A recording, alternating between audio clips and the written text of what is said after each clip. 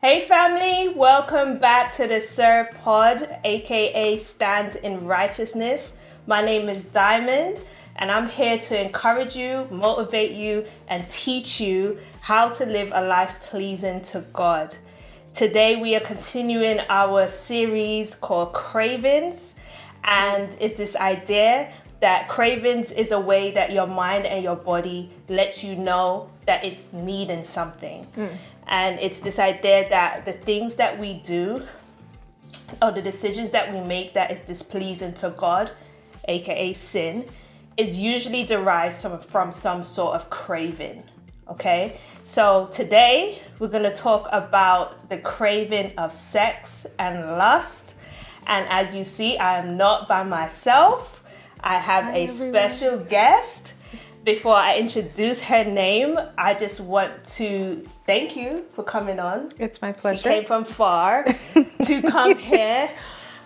She was a former boss, turned mentor, turned friend, turned big sister. Wow, you wear a lot of hats. That is my life. You wear a lot of hats in my life. I'm so grateful to have you here. This is Zulay. Her name is Zulay. I'm not going to give her government, but her name is Zulay. Hi, everyone. Thank you for being here with me, Zu. It's a pleasure. It is. Don't call her Zu. I call her Zu. Yeah. But yes. It's a new experience. Okay. Yeah. So if you know Zulay, you know this topic is not something you would predict you and I to talk about. You know, your viewers probably don't know That's anything true. about me. But somebody might. Yeah, somebody might. Somebody might. And I wanted to get you on for this topic specifically because of all the conversations that we have. Yes. And I wanted to talk about sex because it's one of those things that it's like the devil's playground. Oh, yes. Right? And I speak to a lot of young people, and 9 times out of 10, we end up back into that same conversation. That's interesting. So I wanted to have an episode, not just where I just talk about sex. I wanted to have an episode where people or young people can learn from someone who is more mature in the faith, right? Okay, You didn't know where I was going there. We'll go with that, yes. Who's more mature in the faith and have a wide perspective of some of the struggles that a lot of young people face when it comes to this topic. Okay? You ready? I'm ready. Okay. So, first and foremost, Yes. we're going to set a foundation for this conversation. I think that'll be helpful. Okay. Yes. Okay. Why is sex so powerful? Whether you are a believer or unbeliever, whether you're a virgin or you're not a virgin, sex is powerful. Yes. Why is it so powerful? So, in fairness, Diamond did not share any of these questions with me, so I'm going to try to work through these. Yep. Why is it so powerful? Okay. I think it's a couple things, not in order of importance. God created our bodies, right? He created us with the ability to procreate. And so it's a natural thing. Like hunger is natural, sleep is natural, right? Like it is something that is weaved into our DNA, right? And obviously, you know, as you go through development, like any person going through their development, you get to the place where like your hormones are ignited and those desires come about. So it's completely normal, right?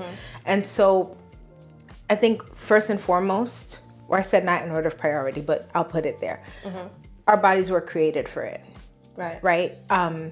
We were created to be attracted to someone, right? You want to be close to them. And then comes like the actual step of being intimate with someone, right? And let's say most people these days, right? Most people do not wait until marriage to be intimate with someone. And so once you open that door, it's like Mind blown. Right. Yeah. It's like when you give a little kid sugar and they're like, oh, what is this? Yeah. Right? It ignites particular parts of your brain, right? The pleasure that comes out of it, just being close to someone in that way. And I think that naturally you want more of it. I think that intimacy brings about that kind of euphoric feeling that you desire again and again, right? It's kind of like anything that gives us pleasure. We want more of it. And it then becomes very difficult, like most other things in life. Once you've experienced that kind of pleasure, it becomes very difficult for you to then put the brakes on and say, I'm not going to do this, right? It's like if you love sweets, you know what candy, desserts, and all that tastes like. Right. And then suddenly you're going to be like, I'm not going to have any sweets at all. It's like you've opened your palate and now it's like, oh no. Right. So how long have you been a believer? So I first got saved when I was 26. Okay. And about 2 years in, I backslid like all the way to the bottom of the hill. And then when I was 31, right? 31, I rededicated my life to Christ. So if we do math on that, it's been a long time. I was about to say. It's been a long time. So I asked you that because I wanted to know your perspective on why should people do it God's way. So God's way is to wait until marriage to have sex. Right. Why is it important to do it that way? First of all, because God said so. Right? It's like when your parents say, because I said so, right? What I've come to learn in all my years in walking with the Lord, and I remember one time I heard someone refer to themselves as a mature Christian. And then ironically, this person ended up having a lot of other issues. Like, I think that they're still a believer, but I'm careful to say, oh, I'm a mature Christian, because when you apply certain labels, it's like, I feel like the enemy is going to be like, let's see about that, you know? So I've been trying to walk with the Lord for a long time.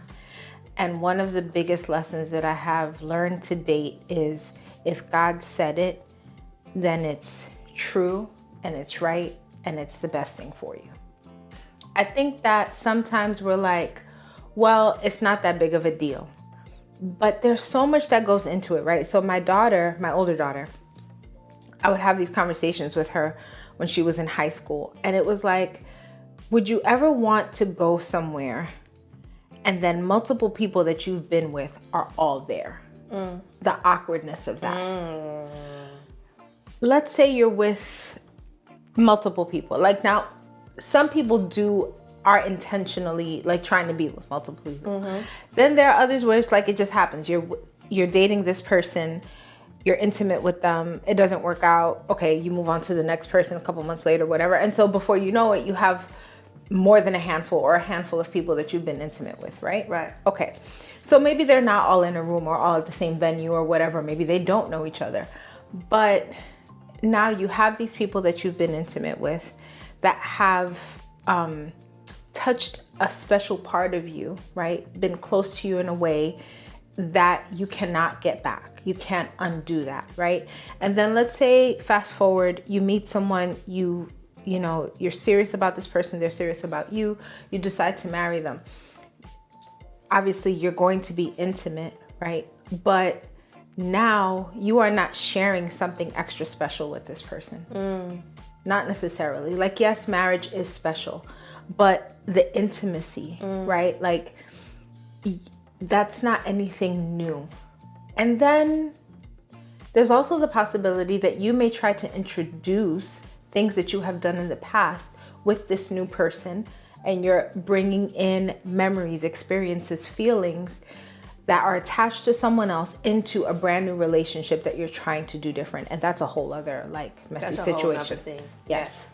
So all right, so we've set the foundation. Sex before marriage is just not God's way, period. That's it. Yes. And you should wait until marriage because there's a level of intimacy and there is like a commitment attached to that right. God desires. And can I just to clarify, it's like any kind of sex, because I know people like sometimes. Wait, hold on. Don't go there. Don't go there yet. Don't go there. All right. I'll give my notes. Like no, but I feel like it's an important caveat. No, like nothing. Don't go there yet. Okay, I'll wait. I want to talk about sex versus purity. Because I think in the church, they push no sex a lot, right? No sex before marriage, or if you're burning up with heat, go and get married, right? But they don't really speak a lot on purity. And what I find with a lot of young people is that they touch the line. Like right there? Like right in the middle, right? They touch the line of purity because they're a virgin. So I'm going to read you this verse and then I'm going to tell you an actual story. Okay. Right? So Ephesians 5:3 says, "But among you there must not even be a hint of sexual immorality or any kind of impurity or of greed, because these are improper for God's holy people." So on here we're talking about standing in righteousness. You know, I've done an episode about holiness and the idea of being set apart. Right. And what this verse is saying, it was good. Thank you. And what this verse is saying is that it's improper for God's people to have even a hint. Yes. And here that word hint is the key word for me, because It's like a sprinkle of salt. like a little, you remember that man that used to like do that? It's like that. So I was speaking to this girl one day. She's I believe she's my age, or maybe a year younger, maybe. And she was telling me about this guy, Christian. She was telling the guy's a Christian. I got it.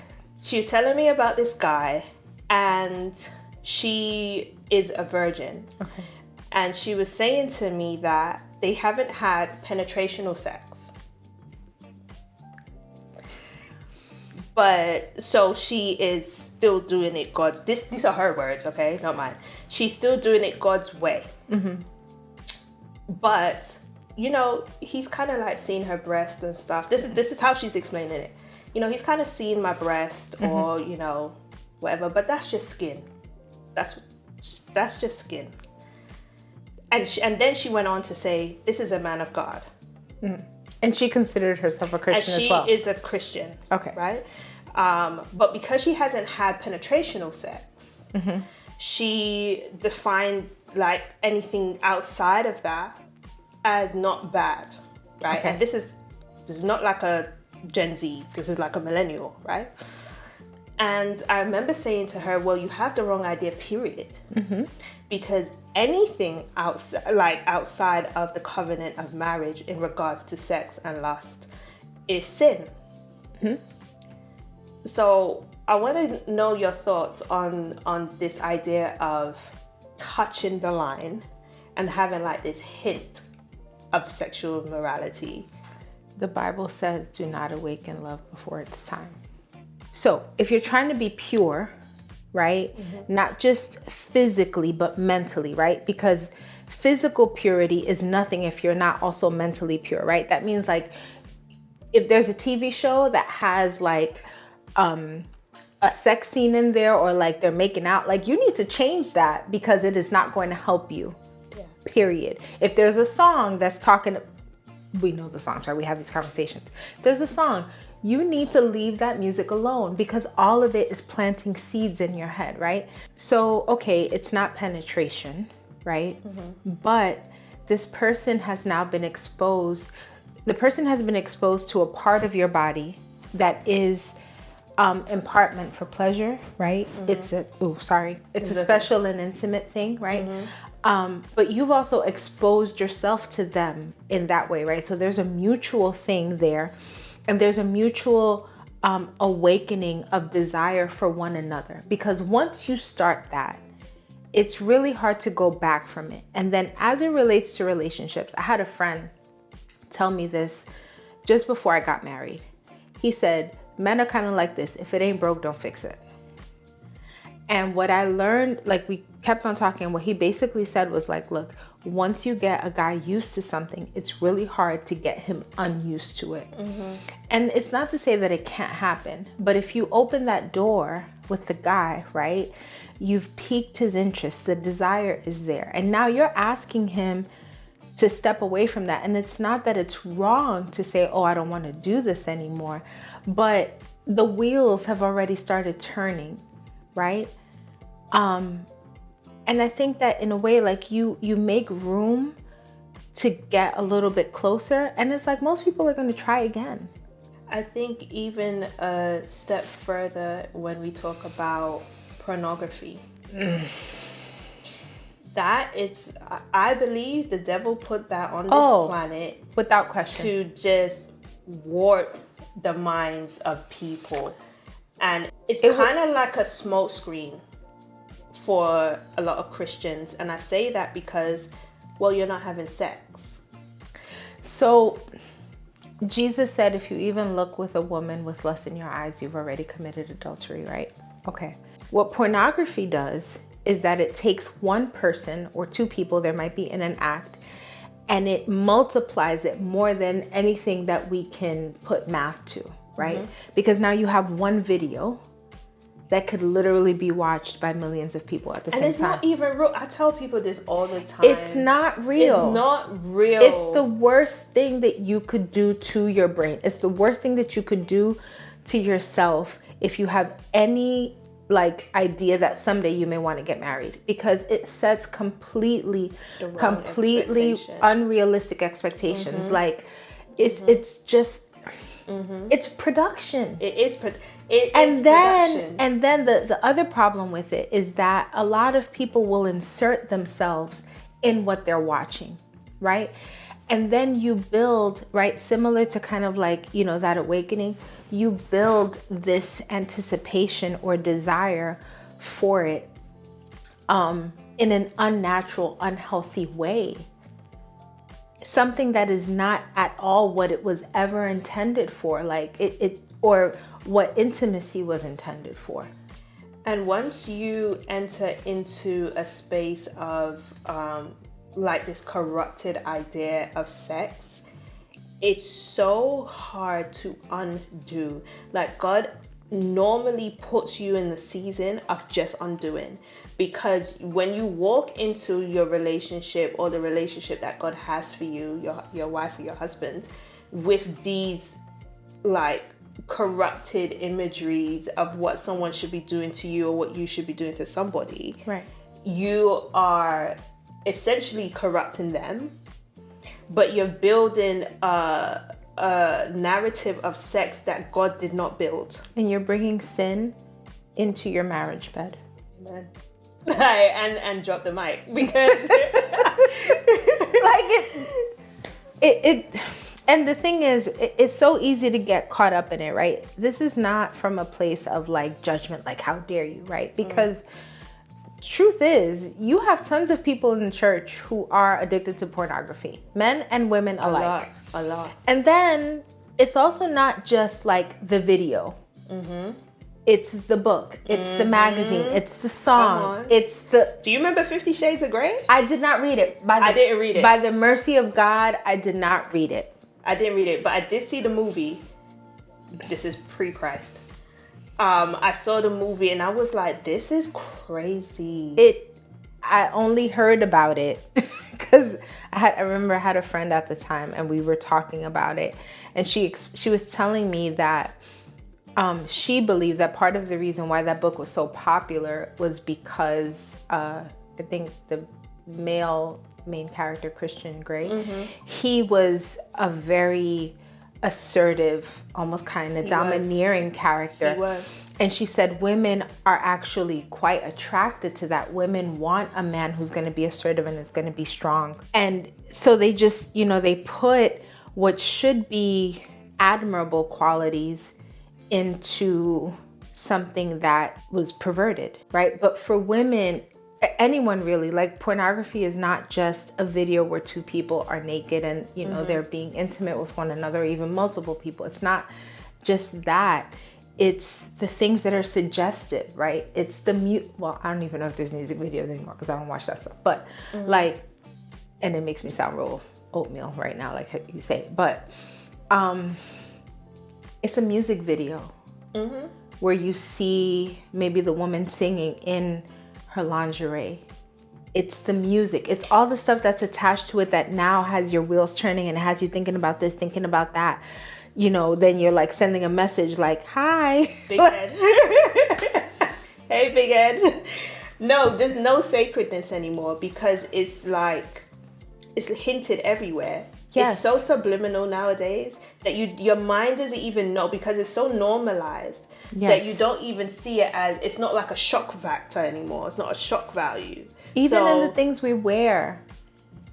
Can I? You can. Okay. Even when you go out underdressed, you are then provoking that desire in someone else, right? And it's both ways, right? Yep. Like you got a dude walking around without a shirt and he's, let's say, decently fit. And now this girl is looking at him and she's like, oh, all the thoughts, right? Now it can't turn off.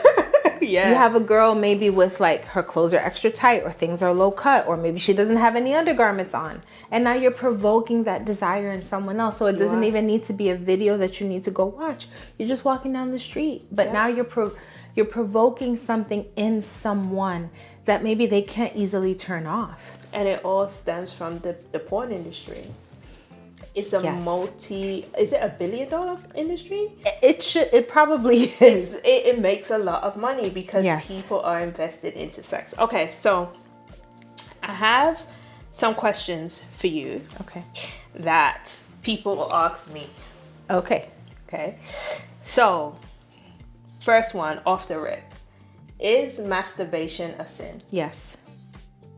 Why? Wasn't there someone in the Bible that was killed or called detestable before the Lord because he was emptying his seed onto the floor instead of... Yes, he wasn't killed, but he had to... God was not a fan of him, I know that much. He had to go and... what's it called? Like when you... This was in Genesis, I read it recently. There was one in... I just read it. It was either Deuteronomy or Joshua, one of them. It sounds like Deuteronomy. It's probably Deuteronomy, where he had to empty his seed, but God's presence couldn't be amongst him when he done that. Yeah, but there was someone else. I think this was in Genesis. Man, I wish I should have had my Bible, right? It was his brother's wife. His brother had died, and then the wife was given to him as a wife. Oh, that's in Genesis. That is in Genesis. That is, was it Judah? No. It was one of the 12. One of the 12. No, this was someone before that. Okay, but anyway. No, I'm telling you, it was one of the 12. Was it? I just finished reading Genesis again. I didn't remember. It was one of the 12. Was it Levi? No, Levi ended up killing the man or the men. Well, the tribe of the men who raped his sister. No, okay, it wasn't Levi then. But it was somebody out of the 12 who was sleeping with his brother's wife. 5 hours later. Okay, we're gonna look. We're gonna find it. Okay, but the point is, God created men and women for many things, right? And part of that is to be fruitful and multiply, right?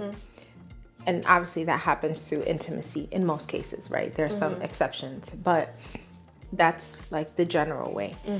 Intimacy is special in many ways, right? But a part of it is that a husband and a wife are now satisfying one another.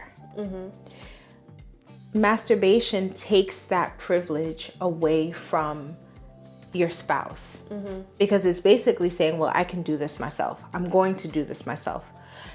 That's in the context of a marriage. Outside of that, right? Like maybe you're single. Well, now you're pleasing yourself in a way that's intended for someone else, and that stays with you. It takes away that special privilege from someone, and you're like just taking it into your own hands because you want to indulge versus waiting and saying, God, help me through this, right? Reserving it for someone else. Because if we take it a step further, then when it comes time for intimacy, you might say, well, I could just do this myself. What do I need you here for? It makes you less dependent on the person that you're going to be with because you might feel self-sufficient in that way. And don't let it be that, financially you're self-sustained and maybe, you busy yourself enough socially. Oh, it's over. I definitely don't need you. And it's sad. Yeah. Right? But that goes both ways. Okay. Here's another one. I'm a virgin, but I'm engaging in oral sex. but it's not sex, is that okay? The phrase is oral sex, right? Okay. You'd be surprised some of the things I speak to young people about. So again, it is still wrong. Do not awaken love before it's time, right? I think that any sexual act, any intimate act needs to be reserved for marriage.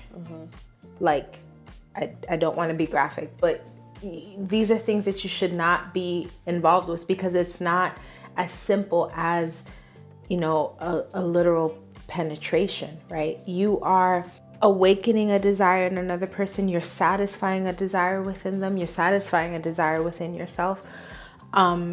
You're provoking things that you're not committed to.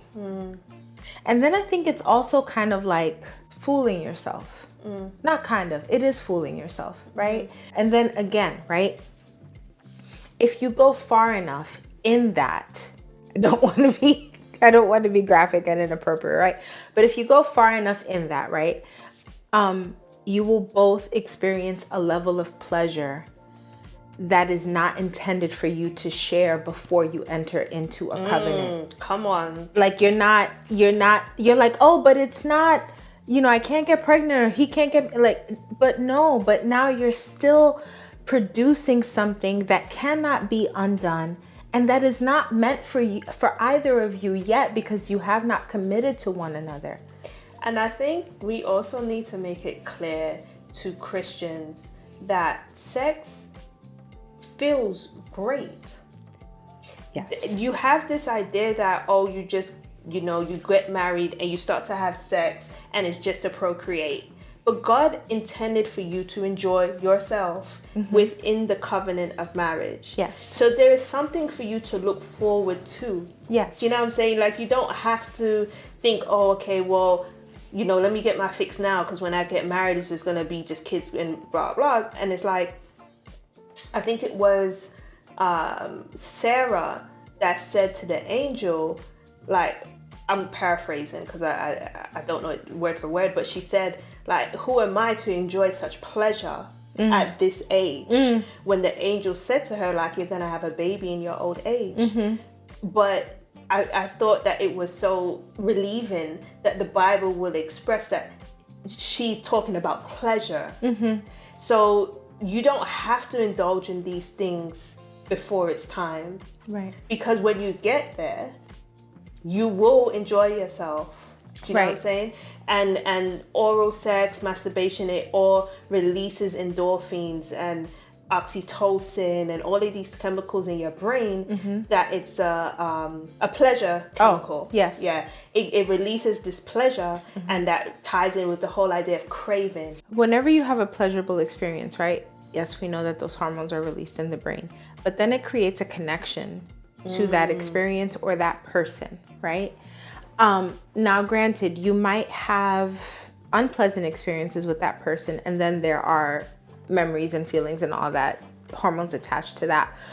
But if it was an especially pleasant or pleasurable experience, you are going to want more of that.